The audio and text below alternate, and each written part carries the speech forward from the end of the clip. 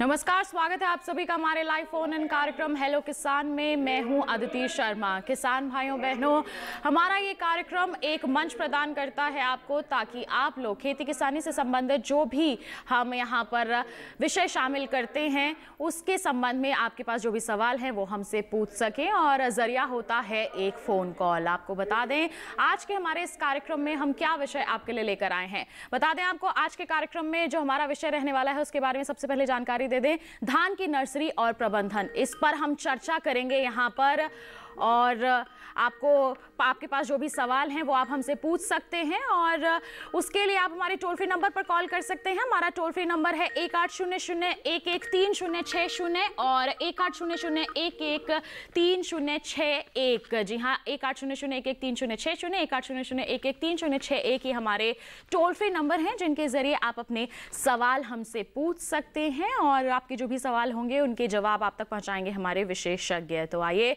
हमारी चर्चा की शुरुआत करें। धान की नर्सरी, बहुत ही ज़रूरी समय चल रहा है। धान की नर्सरी तैयार करने के लिए किस तरह से आप तैयारियां कर सकते हैं, क्या क्या सावधानियां आपको बरतनी है, इस पर आज हम चर्चा करेंगे। और आपको बता दें, इस पर चर्चा करने के लिए हमारे साथ स्टूडियो में हमारे विशेषज्ञ मौजूद हैं। डॉक्टर वाई एस शिवे मौजूद हैं इस वक्त, प्रधान वैज्ञानिक है सस्य विज्ञान संभाग, भारतीय कृषि अनुसंधान परिषद, पूसा, नई दिल्ली में। सर, आपका बहुत बहुत स्वागत है। आपसे हम जानेंगे आज धान की नर्सरी के बारे में और साथ ही साथ उन्नत किस्मों के बारे में। धान की जब हम बात करते हैं तो ज़रूरी हो जाता है कि अच्छी तरह से उसकी नर्सरी तैयार की जाए, और उन्नत किस्में बहुत ही महत्वपूर्ण भूमिका निभाती हैं आगे चलकर अच्छा उत्पादन दिलवाने के लिए। तो सबसे पहले तो आप बता दें कि धान की नर्सरी कब तक तैयार कर सकते हैं हमारे किसान। हाँ, देखिए, धान की नर्सरी जो है विभिन्न क्षेत्रों में विभिन्न समय पर लगाई जाती है।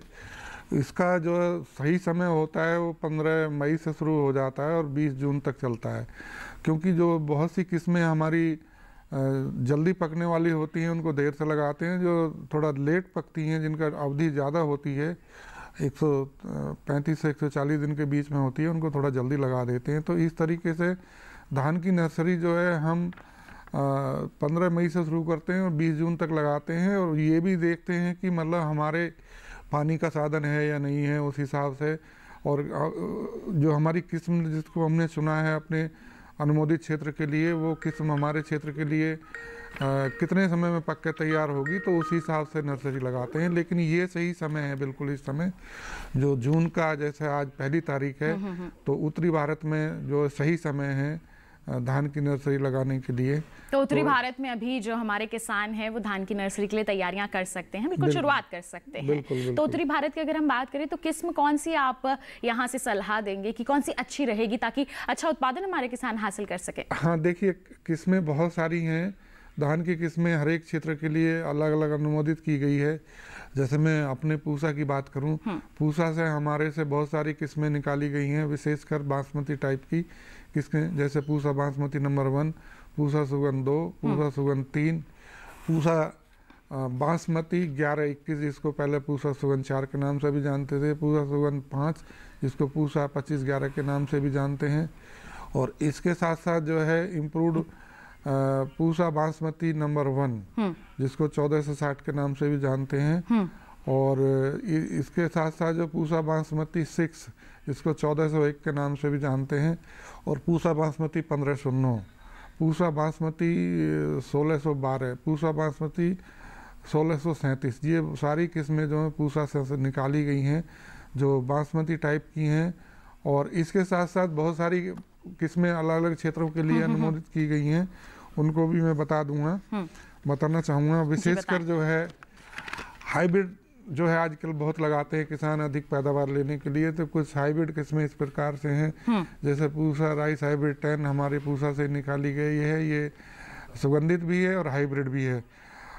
नरेंद्र शंकर धान 2, पंत शंकर धान 1, KRH 2, PSD 3, JK 5003, pro agro 6444, pro agro 6201, pro agro 6219, DRRH 3, Indira सोना PHB 31, और इसके साथ साथ जो है RH 204, ये इत्यादि किस्में हैं जो संकर किस्में हैं। लेकिन इनकी बात ध्यान रखने की ये ज़रूरी होती है किसानों को कि इनका बीज जो है हर साल खरीदना पड़ता है, इनका जो बीज हम अपने घर का नहीं लगा सकते, आप जी। किसी भी अनुमोदित संस्था से बीज की प्राप्ति कर सकते हैं। तो बीज जो है अनुमोदित संस्था से ही लेनी है, आपको प्रमाणित संस्था जो है वहीं से आपको खरीदारी करनी है बीज की, अन्यथा आपको खराब बीज भी मिल सकता है जिसके चलते अच्छा उत्पादन आपको ना मिल सके। इसके लिए आपको प्रमाणित संस्थानों से ही बीज की खरीदारी करनी है। ये बहुत ही महत्वपूर्ण हो जाता है, हर बार किसानों को ये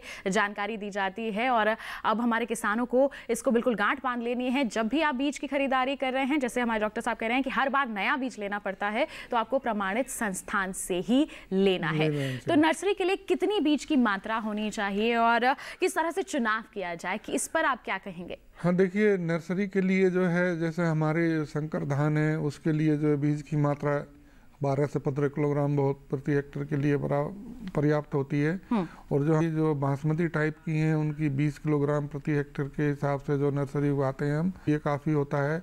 और जो मोटा धान है, जैसे मोटे धान में बहुत सारी किस्में हैं जो हमारी 110 से 120 दिन में पक कर तैयार हो जाती हैं, 115 से 125 दिन में पक कर तैयार हो जाती हैं।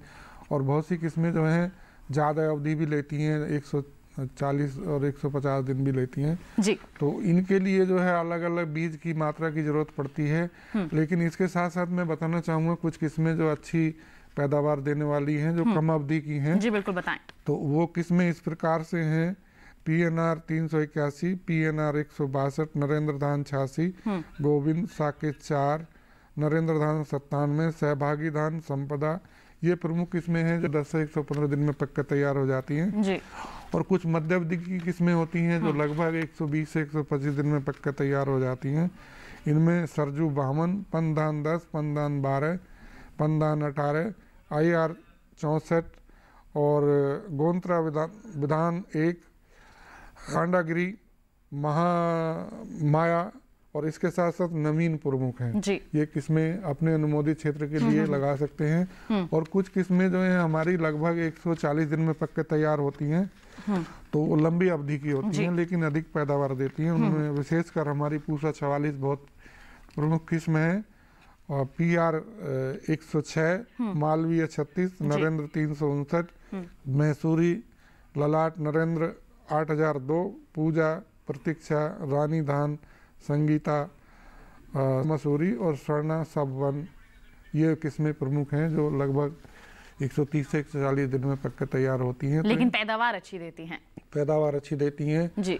और अपने अपने क्षेत्र के लिए अनुमोदित जिसमें है उनको चुनना चाहिए। किस्मों को जो है विशेषकर जहाँ से आप बीज ले रहे हैं, विशेषकर राष्ट्रीय बीज निगम, नेशनल सीड कॉर्पोरेशन है, स्टेट सीड कॉर्पोरेशन है, हमारी जो स्टेट की जो हमारी सीड सर्टिफिकेशन एजेंसीज हैं उनसे सीड लेना चाहिए, कोऑपरेटिव सोसाइटी से लेना चाहिए, कृषि विश्वविद्यालय से लेना चाहिए। और हमारी जो सहकारी संस्थाएं हैं, दूसरे जो बीज को वहीं से बीज को लेना चाहिए। जी। तो अच्छा बीज जो है बहुत जरूरी है। अच्छा बीज होगा तभी तो आगे चलकर अच्छी फसल भी मिल पाएगी। तो ये बहुत जरूरी हो जाता है कि जब बीज की खरीदारी कर रहे हैं तो प्रमाणित संस्थान से ही उसकी खरीदारी करें और साथ ही अपने क्षेत्र के लिए जो आपकी उन्नत किस्में अनुमोदित की गई हैं उन्हीं का चयन करना जरूरी है, क्योंकि वो आपके क्षेत्र की जलवायु के अनुसार, मिट्टी के अनुसार, पानी के अनुसार वो तैयार की जाती हैं और तभी अगर आप उनका चुनाव करेंगे तभी चलकर आगे आपको अच्छा उत्पादन मिलेगा। बिल्कुल आप बताएं। जैसे कि मतलब सीधी बिजाई भी करना चाहते हैं तो उसके लिए कुछ किस्में जी बिल्कुल जरूर बताएं, बहुत ही जरूरी है सीधी बिजाई के लिए। यूनिवर्सिटी लुधियाना ने निकाली है। PR 121 है, PR 126 है, PR 127 है, PR 129 है। ये बहुत अच्छी किस्में हैं। विशेषकर इनमें PR 121 और PR 126 जो सीधी बिजाई के लिए बहुत ही अच्छी किस्में हैं और अधिक पैदावार देती हैं और कम समय में पक कर तैयार हो जाती हैं। तो इन किस्मों का भी चुनाव कर सकते हैं। तो अगर जो किसान हमारी सीधी बिजाई करना चाहते हैं तो ये तमाम किस्में हैं जिनका चुनाव किया जा सकता है। तो देखिए किस्में कौन कौन सी हैं, आपको कहां से बीज लेना है और कितनी मात्रा में लेना है ये आपने जान लिया। अब नर्सरी की तैयारी कैसे करना है और सबसे पहले बीज को उपचार कैसे करना है इसके बारे में हम जानकारी लेंगे, लेकिन उससे पहले आइए आपको दिखा देते हैं एक खास रिपोर्ट।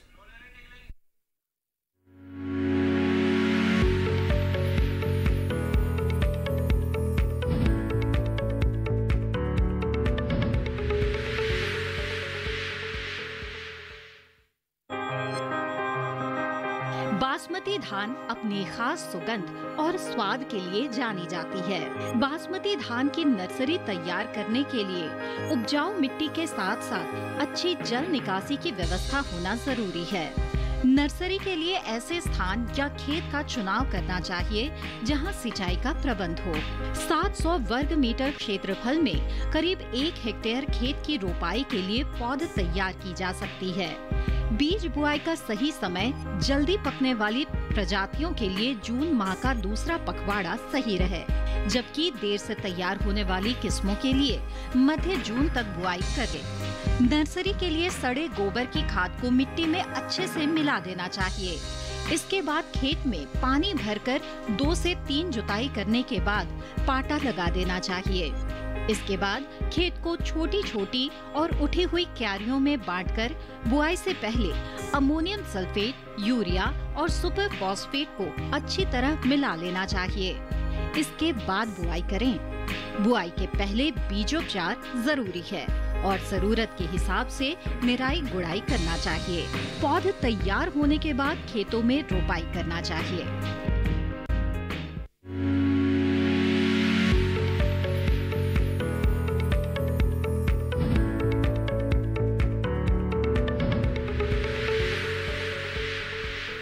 तो अभी आपने देखी एक खास रिपोर्ट। आइए हमारी चर्चा को आगे बढ़ाते हैं और अभी मैं जिक्र कर रही थी बीजोपचार का। बीजोपचार के बारे में आपसे मैं विस्तार से जानकारी लूंगी। एक कॉलर हमारे साथ जुड़ गए हैं, पहले उनका सवाल शामिल कर लेते हैं। आज के कार्यक्रम के पहले कॉलर हमारे साथ जुड़े हुए हैं, आइए क्या है उनका सवाल जान लेते हैं। हेलो हेलो, इस वक्त प्रदीप जी उत्तर प्रदेश से हमारे साथ फोन लाइन पर हैं। हेलो हेलो प्रदीप जी, आप अपना सवाल पूछें, अपनी टीवी की आवाज कम कर दें और अपना सवाल पूछें। हेलो हेलो, टीवी से दूर हैं हम। पूछना ये चाहते हैं जी कि हम जो है धान की बुआई करना चाहते हैं, सीधी बिजाई,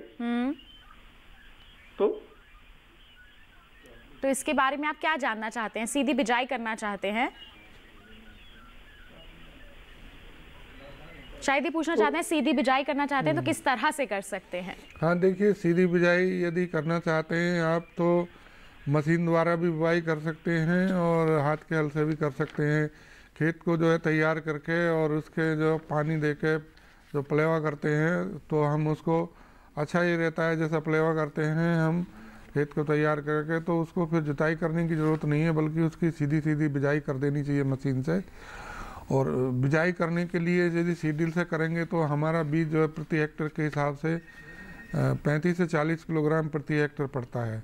और यदि अब बहुत अच्छी जो बहुत सारी मशीनें जैसे हमारा हैप्पी सीडर वगैरह के साथ में आजकल बहुत सारी प्रिसाइज्ड सीडिंग मशीन आ रही हैं, यदि उस तरीके का इस्तेमाल कर रहे हैं तो हमारा लगभग 20 से 25 किलोग्राम बीज में भी प्रति हेक्टेयर के हिसाब से काम चल जाता है, क्योंकि उनका सीडिंग प्रिसाइज होता है, एक एक दाना डालते हैं वो मशीन में। तो इस तरीके से आप सीधी बिजाई कर सकते हैं। और सीधी बिजाई करने के बाद में आप जो है जैसे बिजाई, फिर ये ध्यान रखें कि जैसे जर्मिनेशन होता है उस तरीके से थोड़ा पानी वगैरह का भी ध्यान रखना है उसके अंदर, और खरपतवार का भी ध्यान रखना है। यदि ऐसा लगता है कि आपको बहुत ज़्यादा खरपतवार आएंगे तो एक प्री इमरजेंस हर्बिसाइड का स्प्रे कर सकते हैं। पेंडामेथलिन को 1 लीटर प्रति हेक्टेयर के हिसाब से उसको 500 से 600 लीटर पानी में घोल बना के बिजाई से 1-2 दिन के अंदर कर देना चाहिए। तो इस तरह से सीधी बिजाई कर सकते हैं। बिल्कुल, आपके सवाल का जवाब यहाँ पर आपको मिल चुका है और बाकी हमारे किसानों के मन में भी सवाल होंगे, उनके जवाब उन तक पहुँचाएंगे। लेकिन एक छोटे से ब्रेक के बाद आपको मजा ये देखते रहे हमारा लाइव फोन इन कार्यक्रम हेलो किसान, और बने रहिए दूरदर्शन किसान पर।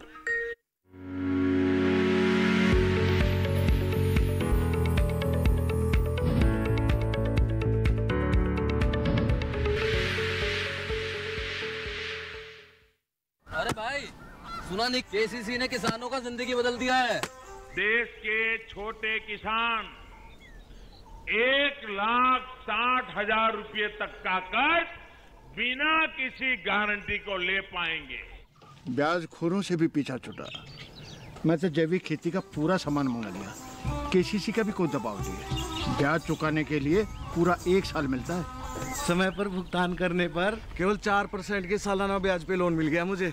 अपना आधार कार्ड, लेटेस्ट फोटो और जमीन के कागजात लेके अप्लाई करो बस।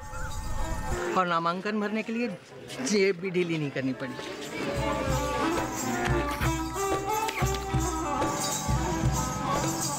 चाचा, उधार चुकाने के 24 घंटे के बाद उतने ही पैसे वापस निकाल सकते हैं।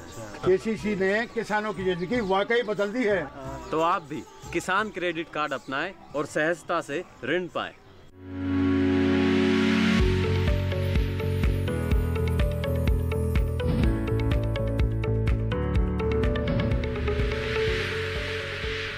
ब्रेक के बाद आप सभी का फिर से स्वागत है हमारे लाइव फोन इन कार्यक्रम हेलो किसान में। आज हम चर्चा कर रहे हैं धान की नर्सरी प्रबंधन पर, और आपके पास कोई सवाल है तो आप हमारे टोल फ्री नंबर 1800-113060 1800-113061 पर कॉल कर सकते हैं, अपने सवाल हमसे पूछ सकते हैं, उनके जवाब आप तक पहुंचाएंगे स्टूडियो में मौजूद हमारे विशेषज्ञ। और आपको बता दें इस वक्त भी हमारे साथ एक कॉलर जुड़े हुए हैं, आइए उनका सवाल सबसे पहले शामिल कर लेते हैं। हेलो हेलो हेलो जी नमस्कार गुरुदत्त जी, आपका स्वागत है कार्यक्रम में। क्या सवाल है आपका? तो मेरा सवाल ये है, मेरे धान में पिछले साल पिंकल ब्लाइट की समस्या आ गई थी PR 113 वैरायटी में जी। तो उसके लिए क्या ट्रीटमेंट करना होगा? किस चीज की आई थी जी? पिंकल ब्लाइट धान में। अच्छा, पिंकल ब्लाइट के लिए देखिए जो है बेस्ट उपाय है आप सीड ट्रीट करके बोएं। बावस्टीन से जो है जैसे हम सीड ट्रीटमेंट बताते हैं कि आप जो है लगभग 20 लीटर पानी लें और उसमें जो है लगभग 40 ग्राम जो है बावस्टीन मिलाएं और लगभग 5 ग्राम जो है एग्रोमाइसिन और या पोसामाइसिन, इन दोनों में से कोई सी दवाई या स्ट्रेप्टोसाइक्लिन की 2 ग्राम दवा को मिला के, और जो हमारा 20 kg सीड की ज़रूरत पड़ती है तो उसको जो है रात भर भिगो कर रखें उसके अंदर, और रात भर भिगोकर 24 घंटे के बाद में निकाल के तब बुआई करेंगे तो वो उस तरीके की बीमारी नहीं आएगी। सीड ट्रीटमेंट जो बहुत ज़रूरी है, ये जो है हमारा झोंका रोग है, ये लीफ ब्लाइट है या ब्लास्ट है, इनके लिए जो है कंट्रोल करता है। सीड ट्रीटमेंट बहुत ज़रूरी है फंजीसाइड से और स्ट्रेप्टोसाइक्लिन दोनों से जो है, या पोसामाइसिन जो हमारी बैक्टीरियासाइड है, इन दोनों से सीड ट्रीट करके बोना चाहिए जी। और अच्छा ये रहता है कि मतलब सीड ट्रीटमेंट के लिए कि यदि आप घर का बीज ले रहे हैं तो उसके लिए ये कर लें कि जैसे घर के बीज के लिए 10% नमक का घोल बनाएं, और 10% नमक का घोल बनाने के लिए 20 लीटर पानी में 2 किलोग्राम जो है जो खाने वाला नमक आता है उसको डाल दें, और उसके अंदर जो है 3 से 4 किलो बीज डालें तो जो खाली बीज होता है वो ऊपर आ जाएगा और जो भरा हुआ बीज होता है वो नीचे बैठ जाएगा। फिर उसको 2-3 बार जो है साफ पानी से धोना चाहिए, और उसके बाद में जो है फिर इससे बीज का ट्रीटमेंट जो है मैंने बावस्टीन से बताया है और स्ट्रेप्टोसाइक्लिन एग्रोमाइसिन से इससे करना चाहिए। तभी जो बीज की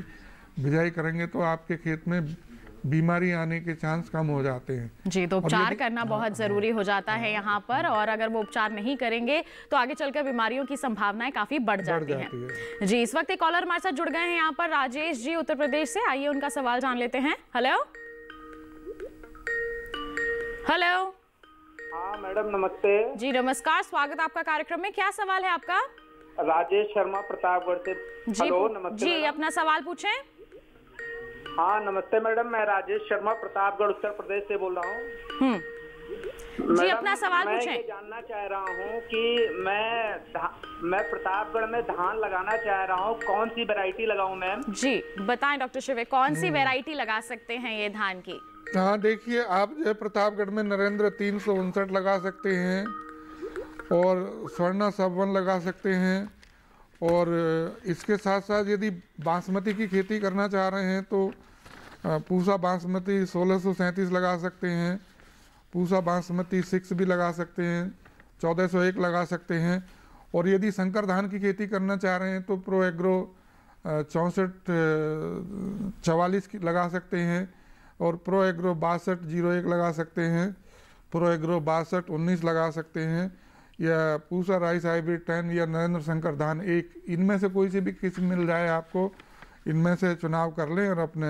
लगाएं तो अच्छा धान आपके यहाँ पैदा होगा। साकेत भी लगा सकते हैं, नरेंद्र धान जी। 100 नरेंद्र धान 97, ये सारी किस्में इनके लिए अनुमोदित हैं प्रतापगढ़ क्षेत्र के लिए। प्रतापगढ़ क्षेत्र में ये जो तमाम किस्में हैं इनमें से किसी का भी चुनाव कर सकते हैं और प्रमाणित संस्थान से खरीदिए। और साथ ही साथ ये जरूर ध्यान रखना है कि आपको उपचार जरूर करना है।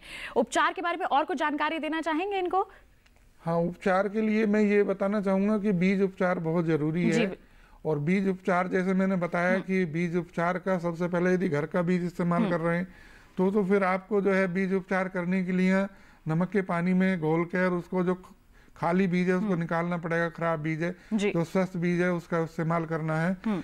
और उसके बाद जो है फिर बीज का जो है किसी भी फंजीसाइड से, विशेषकर बावस्टीन या कार्बनडाजिम, इन दोनों में से किसी को भी मिल रहा है तो उसका जो है 2 ग्राम प्रति किलोग्राम बीज के हिसाब से उपचार करना है। और इसके साथ साथ जो है एग्रोमाइसिन या पोसोमाइसिन, इनमें से कोई सी भी मिल रहा है, या स्ट्रेप्टोसाइक्लिन, इन दवा में से कोई सी भी दवाई मिल रहा है तो उसका इस्तेमाल करके बीज का उपचार करना है। और बीज का उपचार जो है विशेषकर बावस्टीन और स्ट्रेप्टोसाइक्लिन का घोल बनाकर रात भर 24 घंटे उसको भिगोना है, तभी उसका इफेक्टिव होगा। और तब फिर अगले दिन जो है जहाँ खेत तैयार कर रखे आपने नर्सरी, वहाँ पे जो है उसकी बिजाई करनी चाहिए। तो इस तरीके से तो उपचारित करना बहुत जरूरी हो जाता है जब हम बिजाई करने जा रहे हैं, नर्सरी लगाने जा रहे हैं तो जी। तो ये केवल धान के लिए नहीं है, ये हर फसल के लिए है कि आप उपचार जरूर कर लें अपने बीजों को, तभी आगे चलकर जो रोग हैं, जो कीट हैं, उनका प्रकोप काफी हद तक कम हो जाता है। इस वक्त एक कॉलर हमारे साथ जुड़े हुए हैं, मध्य प्रदेश से शिवराज जी ने हमें कॉल किया है। आइए जान लेते हैं उनका सवाल। हेलो हेलो हेलो, नमस्कार, स्वागत आपका कार्यक्रम में। क्या सवाल है आपका? हेलो जी, अपना सवाल पूछिए सर। हेलो, आप अपने टीवी का आवाज कम कर दें और फिर अपना सवाल पूछें। हाँ जी जी, नमस्कार मैम, मैं सर से एक सवाल करना चाहूँगा। जी नमस्कार मैम, मैं सर से एक क्वेश्चन पूछना चाहूँगा। हमारे अभी जो होशंगाबाद जिले में एक काली मिट्टी है, उस काली मिट्टी में हम लोग धान रोपण कर रहे हैं और भुरिया भी है। तो उसमें हम लोग ज्यादातर वैरायटी हम अपना पूसा बोते हैं, लगाते हैं। तो पूसा कभी कभी क्या उसमें कौन सा रोग लगता है, जो माहू का रोग लगता है, तो उस रोग को कुछ हो उसके उपाय तो बता सकते हैं क्या सर? और माहू तो देखिए रोग नहीं है, कीट है। माहू तो रोग नहीं, माहू तो कीड़ा होता है शिवराज जी, कीड़ा होता है, रोग नहीं होता है माहू तो। और एफिड का यदि होता है तो उसके लिए तो रोगोर आती है, 2 मिलीलीटर दवा प्रति लीटर पानी घोल में स्प्रे कर सकते हैं। इमिडाक्लोपिड होती है, 1 मिलीलीटर दवा 3 लीटर पानी में घोल बना के छिड़काव कर सकते हैं। तो इस तरीके से उसका कंट्रोल किया जा सकता है। क्लोरपारीफास का भी 1 से 2 मिलीलीटर दवा प्रति लीटर पानी में घोल बना के, तो माहू के लिए तो ये नियंत्रण मैंने जो बताया इसका इस्तेमाल कर सकते हैं जी। तो इसका जो छिड़काव है वो कब करना चाहिए, क्या सही समय है? जब हमको दिखाई देने लगे कि इनकी पॉपुलेशन माहू की बहुत ज्यादा हो गई है। शुरुआती दौर में अगर है तो उसमें क्या कर सकते हैं? शुरुआती दौर में तो निगरानी रखनी है कि मतलब बढ़ तो नहीं रही है पॉपुलेशन, यदि बढ़ने लगती है तभी उसका इस्तेमाल करना। तो क्या हम शुरुआती दौर में फेरोमोन ट्रैप का इस्तेमाल कर सकते हैं? फेरोमोन ट्रैप भी कर सकते हैं, यूज कर सकते हैं। स्टिकी जो नोट्स आते हैं उनका भी इस्तेमाल कर सकते हैं, उनका भी इस्तेमाल कर सकते हैं जी। तो अगर शुरुआती दौर में होता है तो आप फेरोमोन ट्रैप लगा सकते हैं, जैसे हमारे सर कह रहे हैं, और साथ ही साथ परपंच लगा सकते हैं। लेकिन अगर मात्रा अधिक हो गई है तभी आपको दवाओं का इस्तेमाल करना है, और सही मात्रा में उनका इस्तेमाल करना बेहद जरूरी यहाँ पर हो जाता है। तो शिवराज जी, हम उम्मीद करते हैं कि आपके सवाल का जवाब आपको मिल गया है, आप उससे जरूर संतुष्ट होंगे।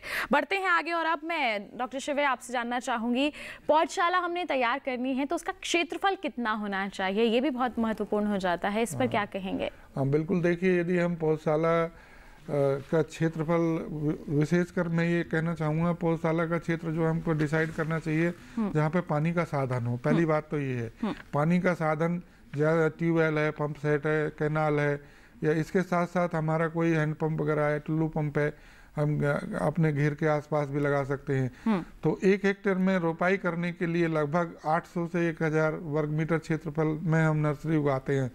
लेकिन यदि हम जो नर्सरी हाइब्रिड राइस की उगा रहे हैं तो वहाँ पे हमको जो है 500 से 5000 से 6000 वर्ग मीटर क्षेत्रफल में ही मतलब काम चल जाएगा, हमारा ज़्यादा ज़रूरत नहीं है जी। 500 से 600 वर्ग मीटर क्षेत्रफल में।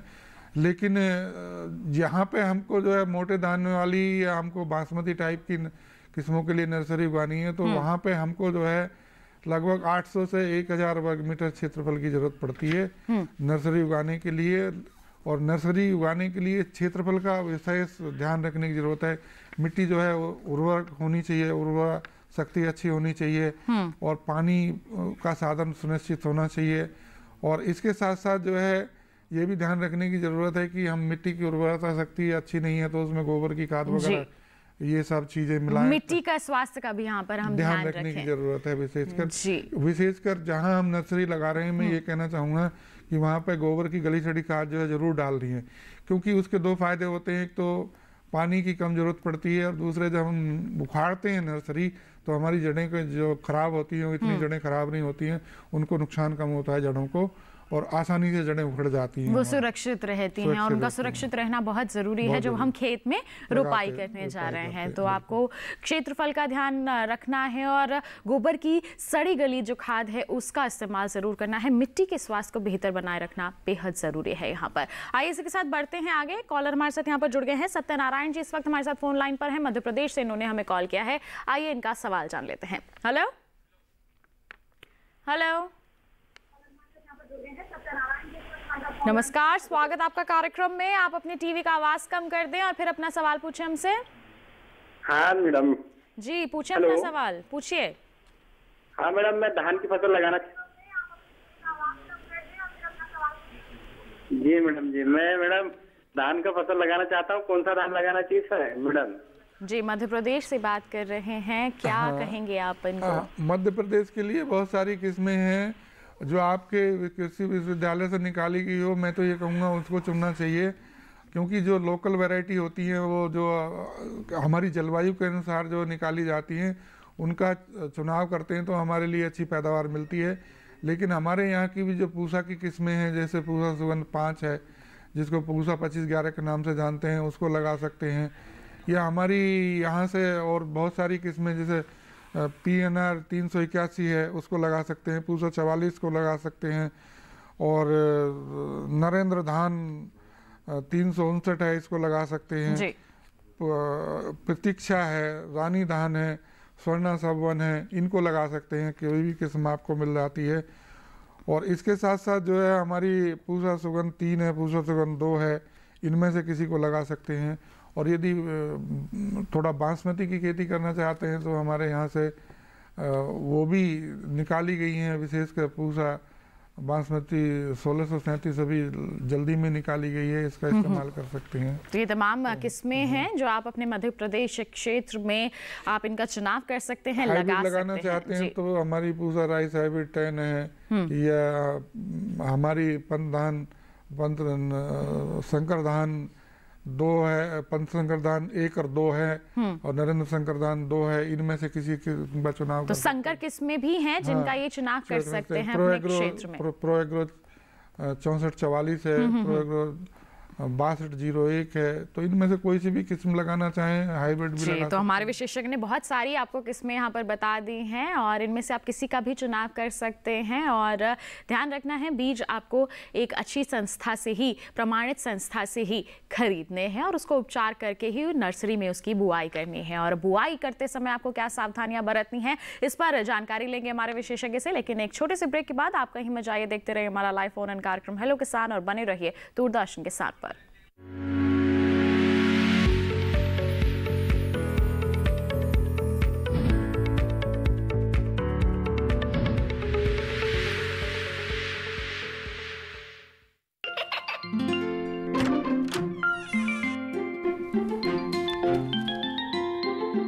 ये क्या हो रहा है? काशवी, इतने कम मार्क्स? काशू बेटा पढ़ा करो, पढ़ोगी नहीं तो आगे कैसे बढ़ोगी? मम्मा मैं भी तो आपसे यही कहना चाहती हूँ, पढ़ा करो। आप पढ़ोगे नहीं तो आगे कैसे बढ़ोगे? मतलब?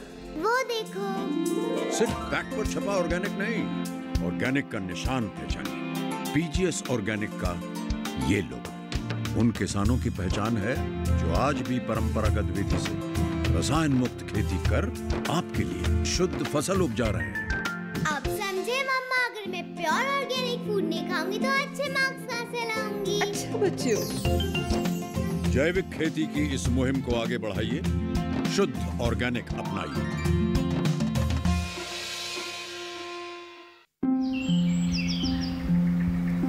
अरे अरे अरे क्या कर रहा है? इधर इधर इधर, हम बोल रहे हैं तेरे बीजू का। पुतला बोल रहा है? हाँ, पक्षियों से तो हम खेत को बचा लेते हैं, पर इन घातक रसायनों से कैसे बचाएं? मतलब?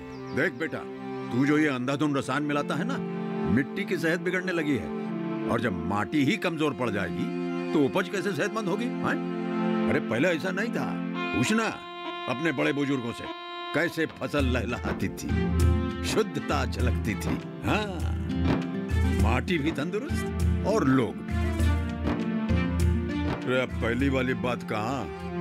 पर अब तो सब यही डाले हैं। सब नहीं, आज भी लाखों जागरूक किसान परंपरागत विधि से फसल उगा रहे हैं। खर्चा कम और उपज की कीमत भी बेहतर पा रहे हैं। ठीक है भाई, मैं भी आज से जैविक खेती शुरू करूंगा।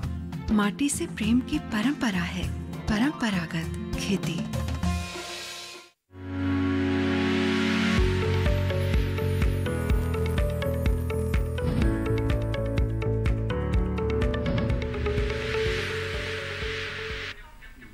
ब्रेक के बाद आप सभी का फिर से स्वागत है हमारे लाइव फोन इन कार्यक्रम हेलो किसान में। आज हम चर्चा कर रहे हैं धान की नर्सरी प्रबंधन पर, और आपके पास अगर कोई भी सवाल है इसके संबंध में तो आप हमारे टोल फ्री नंबर पर कॉल कर सकते हैं, अपने सवाल पूछ सकते हैं। आपके जवाब पहुंचाने के लिए आप तक हमारे साथ स्टूडियो में हमारे विशेषज्ञ मौजूद हैं। और आपको बताते हैं इस वक्त भी कॉलर हमारे साथ जुड़े हुए हैं मध्य प्रदेश से सिद्धार्थ रघुवंशी जी ने हमें कॉल किया है। आइए जान लेते हैं क्या है उनका सवाल। हेलो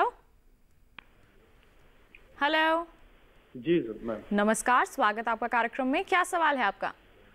मैम ये पूछा था, मैं सर से पूछना चाहता हूँ कि जो हाइब्रिड वैरायटी है उनका डीएसआर में कितना बीज दर रखना चाहिए? जी बताएं। और एक प्रश्न और है मेरा कि जो नर्सरी में अपने को कौन कौन से रासायनिक उर्वरक डालना चाहिए और कितनी मात्रा में डालना चाहिए? जी बताएं डॉक्टर शिवे। दो सवाल हैं इनके। दोनों सवाल अच्छे हैं। देखिए, इन्होंने पूछा है पहले हाइब्रिड के अंदर जो डायरेक्ट सीडीज में कितना बीज रखना चाहिए। इसके लिए जो है करीब 20 से 22 किलोग्राम बीज पर्याप्त होता है यदि आप मशीन से इस्तेमाल कर रहे हैं, मशीन से बिजाई कर रहे हैं और लाइन से लाइन की दूरी जो है 20 सेंटीमीटर रख रहे हैं, तो प्रिसाइजली सीडिंग मशीन यदि आपके पास में है तो 25 किलोग्राम से भी ज़्यादा की ज़रूरत नहीं है, क्योंकि एक एक दाना गिरता है उसके अंदर, तो इतने बीज की पर्याप्त होगा। लेकिन आपको ये ध्यान रखना है कि जो हमारी सीडिंग मशीन है वो प्रिसाइजली डिबलिंग करने वाली मशीन हो, एक एक दाना एक जगह डालती हो। और दूसरी बात रही कि इन्होंने पूछा है कि हमको कितना नर्सरी के अंदर जो है रसायनों का इस्तेमाल करना चाहिए, उर्वरकों का इस्तेमाल करना चाहिए। तो ये बहुत अच्छा प्रश्न है। देखिए, जैसे हमें मिट्टी का यदि स्वास्थ्य अच्छा होगा तो हमारी नर्सरी भी अच्छी होगी। पहली बात तो मैं ये कहूँगा कि मिट्टी का जो है मृदा परीक्षण के आधार पर जो है पोषक तत्वों का प्रबंधन करना चाहिए। लेकिन नर्सरी के लिए फिर भी हमको विशेष ध्यान रखने की जरूरत होती है। जैसे हम बच्चे का ध्यान रखते हैं उसी हिसाब से जो हम पौध तैयार करते हैं उसके लिए जैसे 800 से 1000 स्क्वायर मीटर क्षेत्रफल जो होता है उसके लिए जो हमको 1 टन गली सड़ी गोबर की खाद, यानी कि 10 क्विंटल के लगभग गली सड़ी गोबर की खाद डालनी है। और इसके साथ साथ जो हमको 10 से 12 किलोग्राम यूरिया और 12 से 15 किलोग्राम जो है सिंगल सुपर फॉस्फेट और 6 से 7 किलोग्राम जो है म्यूरेट ऑफ पोटास, और इसके साथ साथ जो 2 से 2.5 किलोग्राम जिंक सल्फेट, इन पोषक तत्वों को मिट्टी के अंदर मिलाना है। जब हम जुताई कर रहे हैं, जुताई करने के बाद में और आखिरी जुताई कर रहे हैं उस समय मिला देना चाहिए। और गोबर की खाद को तो पहले ही मिला देना चाहिए। वो तो शुरुआत में ही आपने कहा था कि वो तो शुरुआत में ही मिला देना चाहिए। पोषक तत्वों की, इतने पोषक तत्वों की हमको जरूरत पड़ती है नर्सरी के अंदर अच्छी पैदावार लेने के लिए। अच्छी पौध तभी हमारी तैयार होगी। बिल्कुल, अभी आपने बताया था कि उपचार करने के बाद ही हमें नर्सरी में बुआई करनी चाहिए, तो नर्सरी बुआई का समय क्या रहता है, किस समय करनी चाहिए? देखिए, नर्सरी का तो जैसे मैंने बताया कि 15 मई से लेके और 20 जून के बीच का समय जो अच्छा समय है।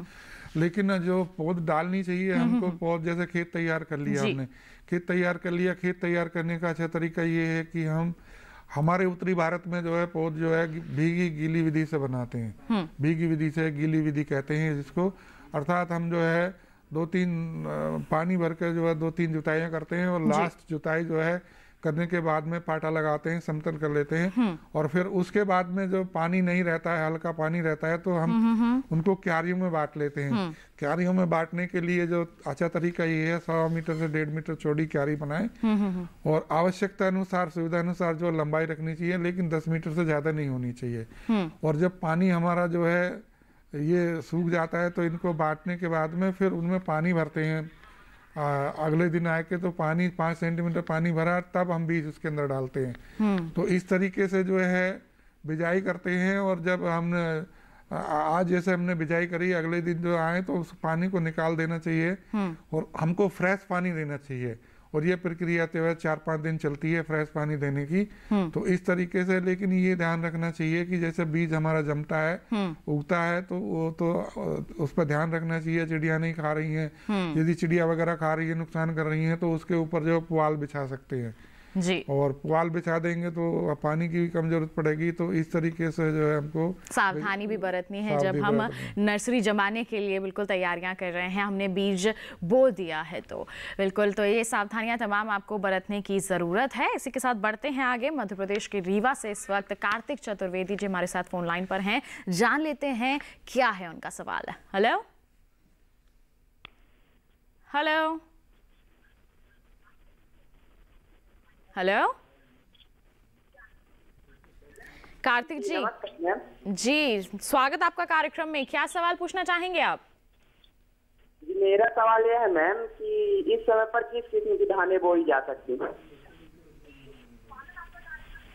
किस्मों के बारे में आप जानना चाहते हैं? हाँ, किस्मों के बारे में जानना चाहते हैं अपने क्षेत्र के लिए। जी, रीवा से बात कर रहे हैं। रीवा से बोल रहे हैं, मध्य प्रदेश से बोल रहे हैं। तो बहुत सारी किस्में हैं जो इस समय लगा सकते हैं, जो अधिक पैदावार देने वाली किस्में हैं, जैसे पूसर 44 है, इसको लगा सकते हैं। और इसके साथ साथ जो है स्वर्णा 51 है, इसको लगा सकते हैं। नरेंद्र 359 है। या इसके साथ साथ जो है हमारी जो पूसा की कुछ बासमती टाइप की है, उनमें से भी पूसा सुगंध 5 विशेषकर जो पूसा 2511 के नाम से है, ये भी मध्य प्रदेश रीवा में आप लगा सकते हैं, अच्छी पैदावार देगी। पूसा 1612, पूसा 1637 इनमें से लगा सकते हैं।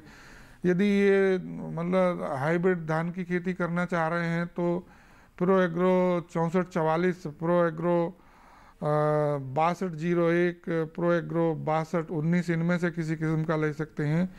या हमारी जो है पूसा राइस हाइब्रिड 10 है, इसका भी इस्तेमाल कर सकते हैं। और पूसा के साथ साथ जो है PNR 381 किस्में, इसको लगा सकते हैं, बहुत अच्छी किस्में है।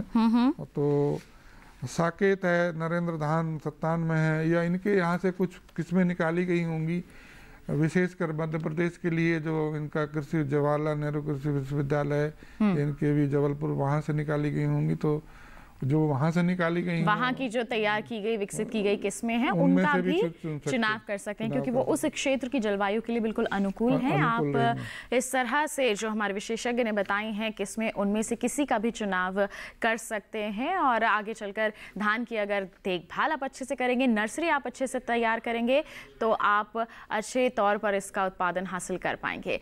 इस वक्त एक और कॉलर हमारे साथ जुड़े हुए हैं, आइए जान लेते हैं क्या है उनका सवाल। हेलो हेलो हेलो जी, कमल पुनिया जी, स्वागत है आपका कार्यक्रम में। क्या सवाल पूछना चाहेंगे आप? Hello hello good evening ma'am. जी गुड इवनिंग, अपना सवाल पूछिए। मैम मैं कमल पुनिया जम्मू कश्मीर से बोल रहा हूँ जी। क्या सवाल पूछना चाहते हैं आप? मैम मेरा सवाल ये है कि मैंने धान की नर्सरी लगाई है, तो उसमें कीट जो टिड्डे वगैरह काफी संख्या में पड़ रहे हैं, तो खाने के चांसेस ज्यादा, तो इससे मेरी जो नर्सरी है वो खत्म होने के चांसेस हैं। तो मुझे कौन सी दवाई जो है, कौन सी कंपनी की दवाई बढ़िया रहेगी टिड्डे खत्म करने के लिए? टिड्डे की जो समस्या है वो आ रही है, जो उनकी नर्सरी को प्रभावित कर रही है। देखिए जो टिड्डी का जो विशेषकर जो है प्रकोप हो रहा है, तो वहाँ पे इमिडाक्लोपिड जो आती है, और 1 मिलीलीटर दवा 3 लीटर पानी में घोल बना के छिड़काव करेंगे, तो इससे काफ़ी अच्छी दवा है ये। और इससे जो है आपको निजात मिल जाएगा टिड्डी से। तो 1 मिलीलीटर मात्रा इमिडाक्लोप्रिड की लेनी है, 3 लीटर पानी में उसका घोल बनाना है, फिर छिड़काव करना है। क्या ये सुबह के समय या शाम के समय या किस तरह से करना है? की जरूरत है कि साफ मौसम हो तभी दवा का इस्तेमाल करना चाहिए, और विशेषकर जो है शाम के वक्त करेंगे तो ज्यादा अच्छा रहता है। शाम के वक्त करेंगे क्योंकि नर्सरी तैयार हो रही है, पौध बन रही है उसमें, तो इसमें कुछ विशेष सावधानियां बरतने की जरूरत है जब हम दवाओं का छिड़काव कर रहे हैं, इस्तेमाल कर रहे हैं तो। क्योंकि इन्होंने बहुत अच्छी दवा पूछी है, तो इमिडाक्लोप्रिड है, वैसे तो रोगोर भी 2 मिलीलीटर दवा प्रति लीटर पानी में घोल बना के छिड़काव कर सकते हैं, उससे भी काफी हद तक नियंत्रण हो जाएगा उसका। लेकिन सावधानी आपको यहाँ पर जरूर बरतनी है क्योंकि आपकी जो नर्सरी है उसमें पौध तैयार हो रही है, और जैसे हमारे विशेषज्ञ ने बताया कि आप साफ मौसम होने पर ही उसका छिड़काव करें, दवा का इस्तेमाल करें। देखिएगा आपकी जो समस्या है काफ़ी हद तक वो बिल्कुल आपको निदान मिल जाएगा उससे, और आप अपनी जो नर्सरी है उसे सुरक्षित रख पाएंगे। तो बिल्कुल जैसे हमारे विशेषज्ञ बाकी कॉलर्स के सवालों के जवाब दे रहे हैं, आपके सवालों का जवाब भी देंगे। आप कॉल कीजिए हमें, लेकिन उन्हें हम शामिल करेंगे एक छोटे से ब्रेक के बाद। आप कहीं मत जाइए, देखते रहिए हमारा कार्यक्रम हेलो किसान और बने रहिए दूरदर्शन किसान पर।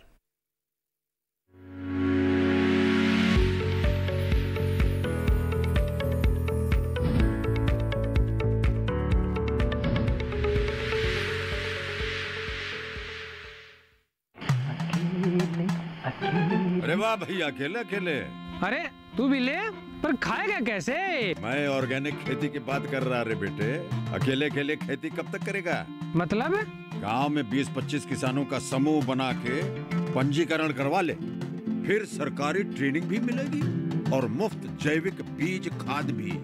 फिर बीजीएस ऑर्गेनिक की सरकारी मोहर के साथ तेरी उपज आकर्षक पैक में पहुंचेगी बड़े बाजार तक। अच्छा? हाँ। अरे भाई कहाँ चल दिया? सबको साथ लाने, आमदनी बढ़ाने। तो किसान भाई समझ गए ना, साथ मिलकर ऑर्गेनिक खेती कीजिए, अपनी परंपरा को आगे बढ़ाइए, ज्यादा मुनाफा कमाइए। माटी से प्रेम की परंपरा है परंपरागत खेती।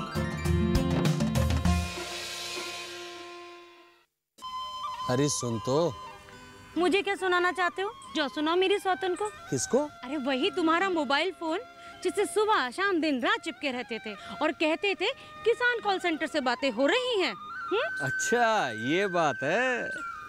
हाँ क्यों, क्या हुआ? अब बात नहीं होती क्या? अब तो झट से बात हो जाती है। ऐसा क्या?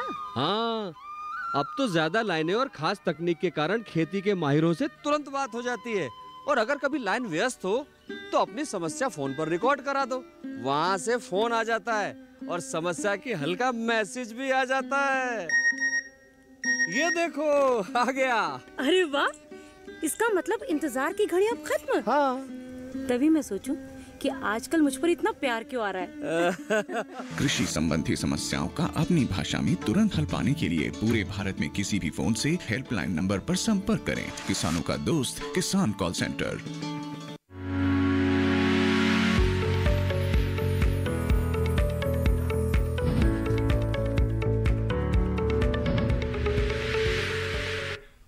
ब्रेक के बाद आप सभी का फिर से स्वागत है हमारे लाइव फोन इन कार्यक्रम हेलो किसान में। आज हम चर्चा कर रहे हैं धान की नर्सरी प्रबंधन पर। आपके पास कोई सवाल है तो अपना फोन उठाइए, टोल फ्री नंबर पर आप कॉल कीजिए और आपके सवालों के जवाब हमारे स्टूडियो में मौजूद विशेषज्ञ आप तक जरूर पहुंचाएंगे। और इसी के साथ आइए हम हमारी चर्चा को आगे बढ़ाते हैं। और डॉक्टर शिव, आपसे जानना चाहेंगे, नर्सरी में बुआई कर ली, खाद एवं उर्वरकों का भी हमने उपयोग कर लिया, प्रयोग कर लिया, लेकिन एक समस्या जरूर उत्पन्न होती है, वो होती है खरपतवार कोई। तो खरपतवार का नियंत्रण किस प्रकार करें? हाँ देखिए, खरपतवार का नियंत्रण बहुत जरूरी है धान के अंदर। जो विशेषकर जब हम अच्छी नर्सरी लेना चाहते हैं तो खरपतवारों को समय समय पर निकालते रहना चाहिए। विशेषकर बुआई के 10 से 12 दिन बाद जो है हम इंटरकल्चर ऑपरेशन करके खुरपी के द्वारा उनको निकाल देना चाहिए। लेकिन यदि ऐसा संभावना हो कि बहुत ज़्यादा खरपतवार आने वाले हैं तो उस दशा में जो हमको बुआई करने के बाद में, जैसे हमने आज बिजाई करी है, उसके 2-3 दिन के अंदर ही जो है ब्यूटाक्लोरमिचेटी नाम की दवा आती है, उसकी जो है लगभग 120 मिलीलीटर दवा 60 लीटर पानी में घोल बना के, और जो हमारा क्षेत्रफल नर्सरी का 800 स्क्वायर मीटर का होता है, 800 से 1000 वर्ग मीटर क्षेत्रफल होता है, उसमें जो है छिड़काव कर देना चाहिए बुआई के 2-3 दिन बाद। तो खरपतवार आने की संभावना कम हो जाती है। यदि आते भी हैं खरपतवार तो हमें निगरानी रखनी है। और एक बार जो अवश्य जब हमारी नर्सरी जो है 12 से 15 दिन की हो जाए तो बीज से जो है हम खुरपी के द्वारा खरपतवारों को निकाल देना चाहिए। जी, तो खरपतवार नियंत्रण सही तरीके से सही समय पर करना बहुत ज़रूरी है, अन्यथा पौध जो हमारी तैयार हो रही है उसमें कुछ समस्याएं भी आ सकती हैं, वो अच्छी तरह से विकसित नहीं होगी। इसके लिए आपको सावधानियां बरतनी बेहद ज़रूरी है। आइए बढ़ते हैं आगे। कॉलर हमारे साथ यहाँ पर जुड़ गए हैं, पंजाब से हमें गुरुचरण जी ने कॉल किया है। क्या है उनका सवाल, जान लेते हैं। हेलो हेलो धान के बीज। हेलो, धान के बीज। धान के बीज के बारे में आप जानकारी लेना चाहते हैं? हाँ जी, हाँ जी। क्या जानना चाहते हैं धान के बीज के बारे में? खारी भूमि वास्ते कौन सा बीज सही, कौन सी किस्म सही रहेगी? पंजाब से बात कर रहे हैं, ये कौन सी किस्म ले सकते हैं? पंजाब के लिए देखिए, अभी जो पंजाब की जो PR इन्होंने निकाली है, PR 121 है, PR 126 है, PR 127 है, PR 129 है, ये बहुत अच्छी किस्म है। और ये जो है मतलब लगा सकते हैं और सीध की सीधी बिजाई भी कर सकते हैं। और पूसा 44 भी हमारी बहुत अच्छी किस्म है, पंजाब में लगभग पूरे पंजाब में ही होती है। तो इन किस्मों में से कोई सी किस्म का चुनाव कर लेंगे तो अच्छी पैदावार इनको मिलेगी। जी, तो पंजाब के लिए तमाम किस्में हैं, आप इनमें से किसी का भी चुनाव कर सकते हैं। सीधी बिजाई के लिए भी किस्में हैं जो ये ले सकते हैं। अच्छा, इन्होंने एक बात दूसरी कही है कि मतलब जो कुछ खारी मिट्टी है तो खारी मिट्टी का सुधार भी होता है। खारी मिट्टी के सुधार के लिए विशेषकर हम बताते हैं कि मतलब भाई हरी खाद का इस्तेमाल करना चाहिए। जैसे हमारी जमीन खाली रहती है तो उस बीच में जो ग्रीन मैन्योरिंग 10 बहनिया का या ढैंचे का हमको करना चाहिए। और या हम जो है जिप्सम वगैरह भी डाल सकते हैं या आयरन पायरेट डाल सकते हैं। तो इस समय हमारी भूमि की उर्वरता शक्ति जो है सुधरती है और जो हमारे क्षारीयपन है वो कम होता है। तो इस तरीके से तो हरी खाद यहाँ पर लगा सकते हैं, जैसे ढैंचा है वगैरह है, लगा सकते हैं जब खेत खाली है। और विशेषकर जो हमारी गेहूं की फसल का भूसा बचता है उसको मिट्टी में जुताई कर देना चाहिए। तो उससे भी जो हमारी लवणता है, मिट्टी की क्षारीयपन है, वो कम हो जाता है। जो खारापन है वो काफ़ी हद तक कम हो जाता है और हमारी मिट्टी काफ़ी स्वस्थ बन जाती है। तो ऐसे आप उपचार कर सकते हैं। और साथ ही पंजाब के लिए कौन सी किस्में हैं हमारे विशेषज्ञ ने अभी आपको बता दिया है। बढ़ते हैं आगे। और डॉक्टर शिवा, आपसे जानना चाहूँगी, जब हम पौध लगा देते हैं, जब पत्ते आने लग जाते हैं, तो उसमें कभी कभी हमारे किसानों के सवाल होते हैं कि वो सफ़ेद पड़ रहे हैं, उसमें किसी तरह की समस्या आ रही है, तो इसके लिए क्या किया जा सकता है? हाँ, देखिए, जैसे जैसे हमारी नर्सरी बढ़ती है तो जहाँ पे पानी की कमी होती है, विशेषकर उस क्षेत्र में जो है हमारी हरिमाहीनता हो जाती है, जिसको हम क्लोरोसिस कहते हैं। और वो जो है विशेषकर जब पत्तियाँ सफ़ेद हो जाती हैं तो आयरन की कमी होती है।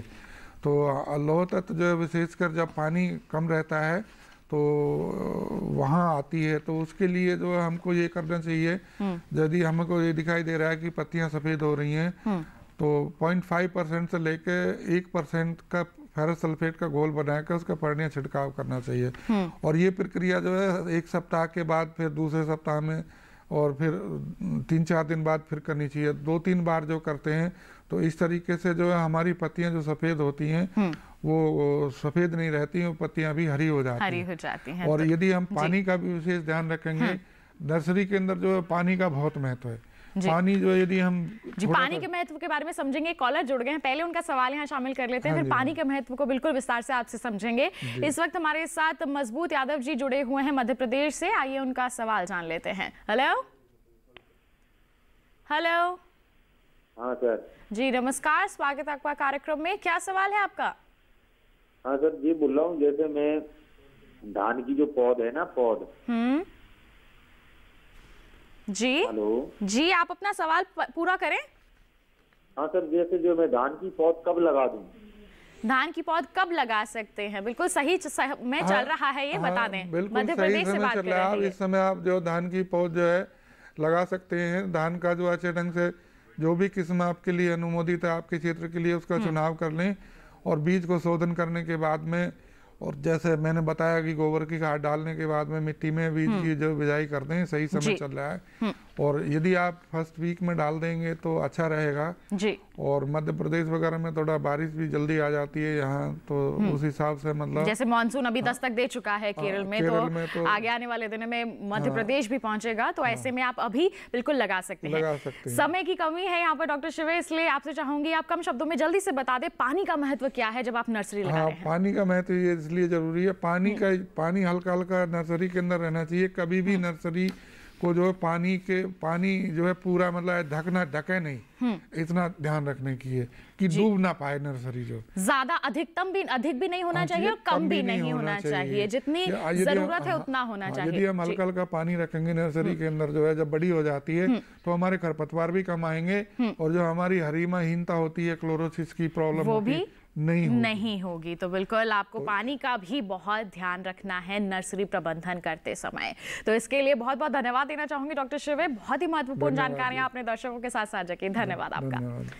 तो आपने जान लिया धान की नर्सरी आप लगा रहे हैं तो किस तरह से आपको प्रबंधन कार्य करने हैं। आइए, ये तो हो गई आज के कार्यक्रम की बात। कल के कार्यक्रम में क्या विषय हम लेकर आ रहे हैं आपके लिए बता देते हैं आपको। कल के कार्यक्रम के हमारे जो विषय हैं वो रहेंगे सब्जी फसलों में बेहतर उत्पादन हेतु प्रबंधन। जी हाँ, ये हमारे कल के कार्यक्रम का रहेगा। धान की नर्सरी और उन्नत किस्मों पर फिर हम कल चर्चा करेंगे और इस पर भी विस्तार से चर्चा होगी। कोई भी सवाल है आपके मन में तो आप कल भी हमसे पूछ सकते हैं और माध्यम है ईमेल आईडी आप नोट कर लीजिए, मेल कर सकते हैं आप hellokisan2015@gmail.com पर आप पहले ही मेल कर सकते हैं। साथ ही फेसबुक के जरिए भी जुड़ सकते हैं। फेसबुक पर जाइए, हिंदी में टाइप कीजिए हेलो किसान, वहां पर हमारे पेज पर आप अपना सवाल पोस्ट कर सकते हैं, सुझाव भी आप वहां पर पोस्ट कर सकते हैं। डीडी किसान कॉल सेंटर नंबर भी है जिस पर आप कॉल कर सकते हैं, जिसका नंबर है 1800-113060, जिस पर सोमवार से शनिवार सुबह 6 बजे से रात के 10 बजे तक आप कॉल करके अपने सवाल पहले ही रिकॉर्ड करवा सकते हैं। तो जान लिया आपने कल के विषयों के बारे में, साथ ही तीनों माध्यम हमने आपको बता दिए हैं जिनके जरिए पहले आप अपने सवाल हम तक पहुंचा सकते हैं और